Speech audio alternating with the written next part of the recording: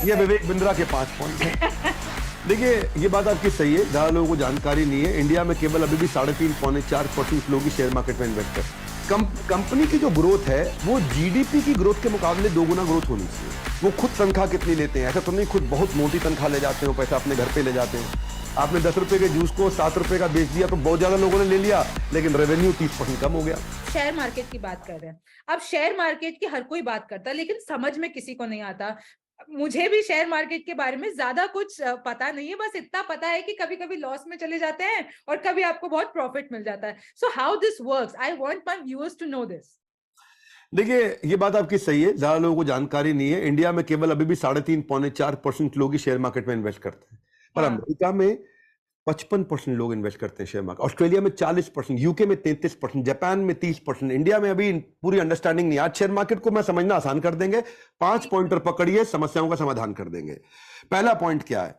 देखो, पहला मैंने आपको फाउंडेशन समझा दिया, कैश ग्रोथ प्रॉफिट। जिस कंपनी का कैश फ्लो खराब है, जिस कंपनी में लगातार हर महीने हर साल ग्रोथ नहीं हो रही है और जिस कंपनी में प्रॉफिट नहीं है, वहां तो इन्वेस्ट करना ही नहीं। दूसरा, अब शुरू करते हैं। हम ये तो फाउंडेशन था, 5 पॉइंट ले लेते हैं ताकि आपको शॉर्ट में पूरा ज्ञान मिल मुझे जाए। एक याद आ रहा है, मैं एक शो करती हूँ जिसका नाम है रिमझिम के 5 पॉइंट्स, और उसमें मैं कोई भी टॉपिक के 5 पॉइंट्स बताती हूँ। तो ये मुझे बिल्कुल अपना सा लग रहा है कि आप 5 पॉइंट में बताने वाले हैं शेयर मार्केट की सच्चाई। तो प्लीज मैं कंटिन्यू। अब हम आपके साथ कनेक्ट कर गए। देखिए, 5 में ही बताते हैं हम भी आपको। हम 5 ये विवेक बिंद्रा के 5 पॉइंट हैं। तो बहुत ही बढ़िया। पहला पॉइंट है, जिस भी कंपनी में आप इन्वेस्ट करना चाहते हो उसका कम से कम 11 साल का हो सके तो ट्रैक रिकॉर्ड बाजार में मिलना चाहिए।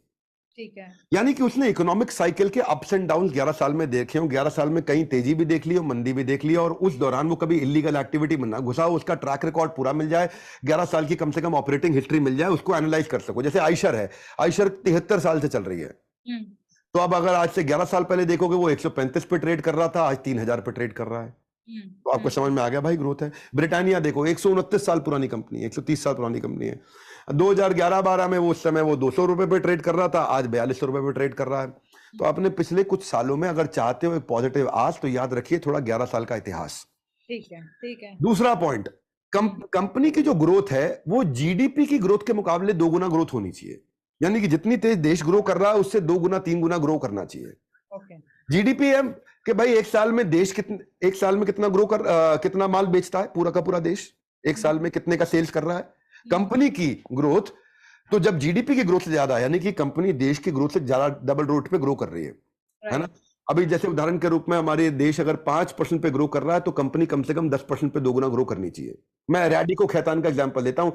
देश की जीडीपी 6% थी, रैडिको खैतान की जीडीपी 23% थी। क्षमा चाहता हूं, जीडीपी कह रहा हूं, कंपनी ग्रोथ।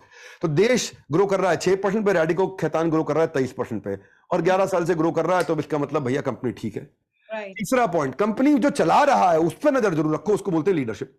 क्या उन्होंने कोई एंट्री बैरियर बनाया? उनके प्रमोटर का बैकग्राउंड देखो, लोग कैसे हैं, उनका फोरकास्ट अचीव होता है नहीं होता, वो खुद तनख्वाह कितनी लेते हैं, ऐसा तो नहीं खुद बहुत मोटी तनख्वाह ले जाते हो, पैसा अपने घर पे ले जाते हो, है ना।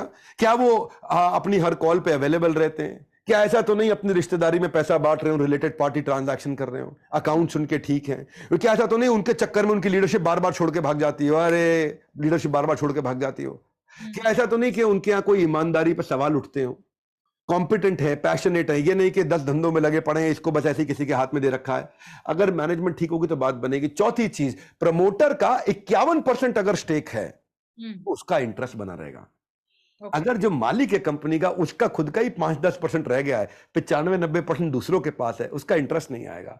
अगर उसके हाथ में कंपनी की हिस्सेदारी आधी से ज्यादा है, 51% से ज्यादा है, तो इससे उसका फोकस बना रहेगा, हर एक्टिविटी पे ध्यान देगा, विजन लोगों को समझाएगा, बड़ा मोटिवेटेड रहेगा और डिसीजन खुद लेगा। नहीं तो अगर 7 अलग अलग घोड़े अलग अलग दिशाओं में एक रथ को ले जा रहे हो तो रथ उल्टा होएगा ही होएगा। तो डिसीजन लेने वाला एक ही इंसान हो। 5वां पॉइंट, जैसे रिमझिम के 5 पॉइंट, मेरा 5वां पॉइंट, कंपनी का रेवेन्यू और उसका यूनिट सेल, ये दोनों 10% से ज्यादा बढ़ने चाहिए। दोनों में फर्क है।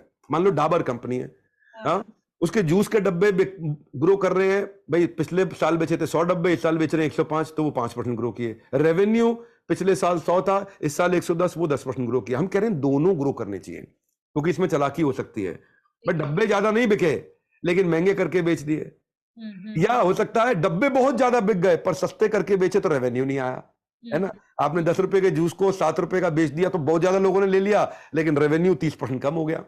तो बात यह है कि कंपनी का दोनों चीजें बिकनी चाहिए। जैसे मारुति सुजुकी है, गोदरेज कंज्यूमर है, इन लोगों का हर साल यूनिट, उनकी गाड़ी मारुति की और टोटल रेवेन्यू, ये दोनों 10% ज्यादा ग्रो करता है, तो इसलिए सेफ रहता है। अच्छा, आपने ये बहुत ही अच्छे से इन 5 पॉइंट्स में जो शेयर मार्केट समझाया। कुछ लोग ऐसे होते हैं, यंग पीपल मोस्टली, और जिनके पास कोई काम नहीं होता है, तो वो ढूंढते हैं कि हम कोई जरिया ढूंढ ले पैसे कमाने का। तो आप क्या मैसेज देना चाहेंगे अनएम्प्लॉयड पीपल को, जिनको अभी तक नौकरी नहीं मिल पा रही है? उनको क्या करना चाहिए? बेरोजगार लोगों को, अनएम्प्लॉयड लोग, पहला चीज भाई, दिल पे मत लो इस बात को, अपने पे ट्रस्ट रखो, हाँ, हाँ, थोड़ा फ्यूचर पे फोकस रखो, हाँ, अपने आसपास पॉजिटिव लोगों को रखो और अपने पुराने नेटवर्क को टैप करते रहो, जिसको भी आप पहले से जानते थे। और नौकरी ढूंढने को भी एक नौकरी की तरह देखो। ये नई नौकरी ढूंढ रहे हैं, कहां ढूंढ रहे हैं? देख रहे हैं, अभी तो वो नेटफ्लिक्स पर लगाए थे मिर्जापुर, बबलू भैया देख रहे थे, नौकरी नहीं है तो थोड़ा आराम कर ले। नहीं, जैसे नौकरी आप सुबह 10 से शाम 6 बजे तक करते हो, वैसे ही नौकरी ढूंढने के काम को भी नौकरी की तरह सुबह 10 से शाम 6 तक करो। सुबह 10 बजे नौकरी ढूंढना चालू करो, शाम 6 बजे 1 घंटे की लंच ब्रेक ले लो बीच में। ये नहीं कि मतलब नौकरी नहीं है तो आप मिर्जापुर लगाए बैठे हैं, आश्रम की अगली सीरीज कब आ रही है। दूसरा, अपने रेज्यूमे को बढ़िया बनाइए और पुराने लोगों से रिश्ते खराब करके नौकरी नहीं छोड़नी चाहिए। Don't burn your bridges. मैं ये बताऊंगा, जिस नौकरी को आप ट्राई कर रहे हो, उस जहां इंटरव्यू देने जा रहे हो, वहां की रिसर्च करके जाओ, उनका विजन, मिशन, लीडरशिप, उनकी वेबसाइट, उनका सोशल मीडिया, उनका माउथ शट, ग्लास डोर, सब देख के जाओ। बढ़िया से अपने रिज्यूमे को तैयार करो। ये नहीं कि रिज्यूमे बहुत लंबा बना दूंगा, 10 पेज का रिज्यूमे, तो सामने वाला नौकरी दे ही देगा। नहीं, रिज्यूमे को ऐसे बनाओ, बुलेट पॉइंट में होना चाहिए, 20 सेकंड में समझ में आ जाए, ज्यादा लंबी कहानी ना लिखिए। जहां जॉब करने जा रहे हो उनका KPI अच्छे से समझो। जो इंटरव्यू लेगा उसकी भी रिसर्च करके जाओ, उसका भी लिंक्डइन में प्रोफाइल पढ़ो। भैया इंटरव्यू ले कौन रहा है, पूछ लो पहले। इंटरव्यू ले रही स्वाति वर्मा, तो उनका पूरा प्रोफाइल पढ़ के जाओ, क्या करने वाले, है ना। और जब आंसर दोगे तो बड़ी ओनरशिप वाले, एक्शन वाले, स्मार्ट वर्क वाले, इंट्राप्रेन्योर हूं मैं, टास्क फोकस्ड हूं, कंट्रीब्यूट करना चाहता हूं, सेल्फ स्टार्टर हूं, बात ऐसी करो, तब बात बनती है। हार्ड स्किल, सॉफ्ट स्किल पढ़ के जाना कि क्या होने चाहिए। और एक चीज और है, जो इंटरव्यू ले रहा है ना, वो आपसे सवाल पूछता है। जिस दिन आप इंटरव्यूअर से क्या सवाल पूछना है वो सीख गए तो गेम चेंजर। देखो, ज्ञान क्या होता है? सही आंसर देना। पर बुद्धिमान वो होता है जो सही सवाल पूछ सकता है। सही आंसर तो लोग दे देते, सही सवाल पूछना नहीं आता है कि नहीं है। सैलरी नेगोशिएशन के चक्कर में ज्यादा मत पड़ो, उनको बोलो मैं वैल्यू क्रिएट करता हूं, गेम चेंज होगा। अच्छा, 1-2 क्या सही सवाल पूछे जा सकते हैं? पहला, हाँ, बहुत अच्छा सवाल पूछा आपने भाई। 1-2 सवाल ये पूछने चाहिए आपको कि आप इस रोल के द्वारा क्या प्रॉब्लम सॉल्व करना चाह रहे हैं, आप इस रोल के द्वारा क्या गोल अचीव करना चाह रहे हैं, आप मुझसे एग्जैक्टली क्या एक्सपेक्ट करते हैं जो आपको पूरा सेटिस्फैक्शन देगा अगर मैं अचीव कर लूं तो। आप उनसे सवाल पूछिए, उनकी प्रॉब्लम स्टेटमेंट, उनका गोल स्टेटमेंट, उन पीछे क्या प्रॉब्लम रही, उनका आगे क्या गोल है, ये 2 चीज डिफाइन करके फिर अपना आंसर दोगे ना, बोलेगा भैया ये तो बिल्कुल कड़क आदमी सही मिल गया, हम ढूंढी ऐसा आदमी रहते।